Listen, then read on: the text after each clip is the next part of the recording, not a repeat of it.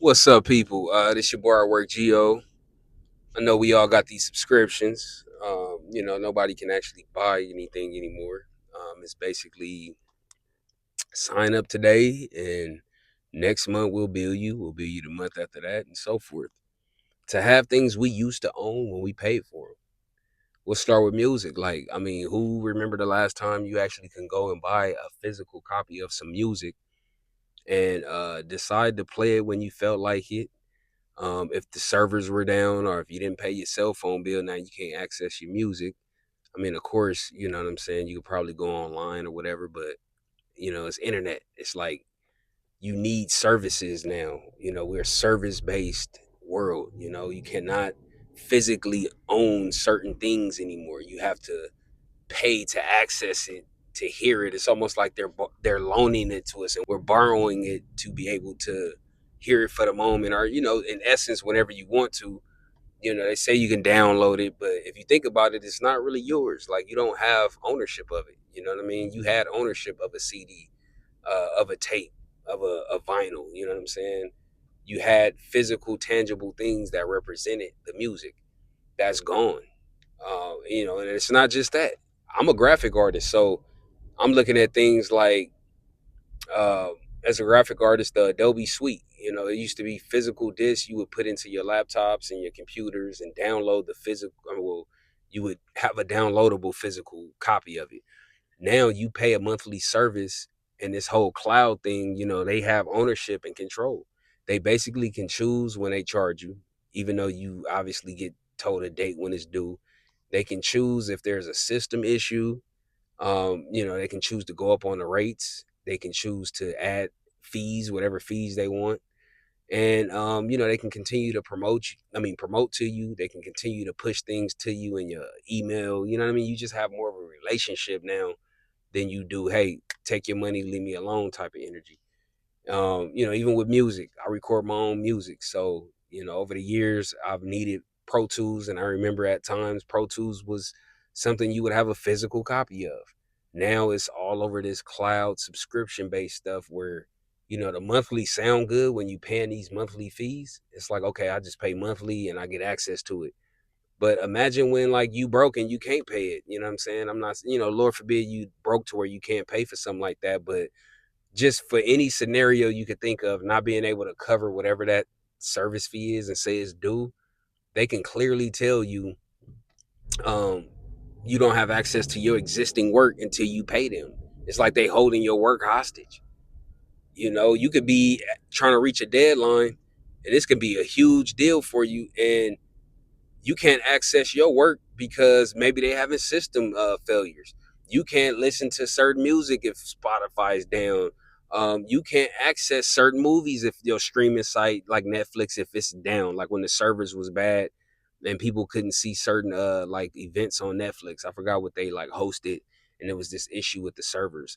Like, you don't have access to the things you had access to when you had the physical copies of things.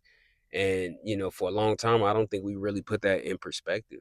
I think a lot of us just kind of assumed this was all just about convenience and not control. But I can honestly tell you, I feel like it's more of a control tactic. They have a say in what they charge us, and this is a psychological thing, where you feel like the monthly, because you just see the number, the brain just focusing on the number, like, okay, $10 a month.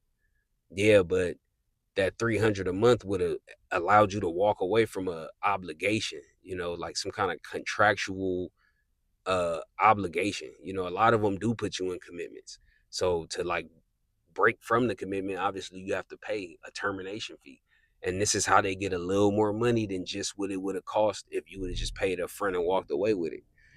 And I know over the years too, another issue, people would, like, it's piracy issues too. A lot of us are concerned about piracy. So when you're dealing with piracy, you have people burning fake copies of stuff and reselling it, things like that. So I think it was definitely to try to combat piracy, but that was just one of the things that I think they can lean on. Like, yeah, we're making sure that people don't take from people and make copies, and this whole black market, it's hurting their profits. I get that part.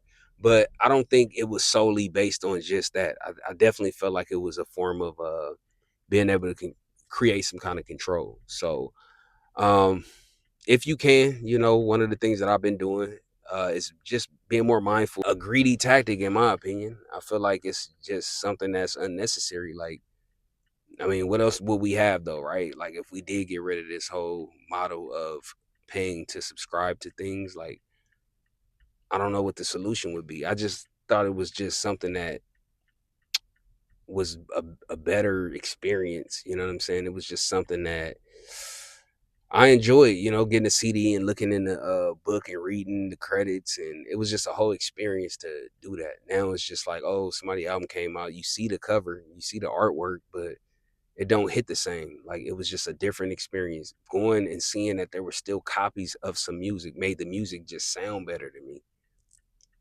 It made the music just hit different, knowing like, man, I got a physical copy of this CD. I'm opening up the little glass case or the plastic little case, and you could see like, who did what beats, and then the thank yous was at the end. Like, that was a cool little experience. And that's gone now. You know what I'm saying? It's just too readily available. Like, streaming doesn't sell out. So it takes away the exclusivity of it, man. Like, we used to be able to, beat people to a copy of like the latest whatever album. You know what I'm saying? It was just a different experience. So let me know if you can relate to that. I know I'm not by myself with this. I'm doing a relatable struggle series, as y'all know, which involves a lot of relatable topics. Things that I know I'm not the only one dealing with. So I always encourage, people to like, comment, subscribe, and hop in the comments. Though, definitely get in the comments. Let me know how you feel about it. What subscription or sneaky little payments have you experienced dealing with some of these companies? Those little ads that come between the videos on YouTube, like how they'll walk up to somebody and the girl is just like, yeah, how many subscriptions do you think you have? And so she'll say how many subscriptions she have, and then the lady will tell her like, no, you actually got this many, and use this app to get rid of them and all of that. Y'all use that app.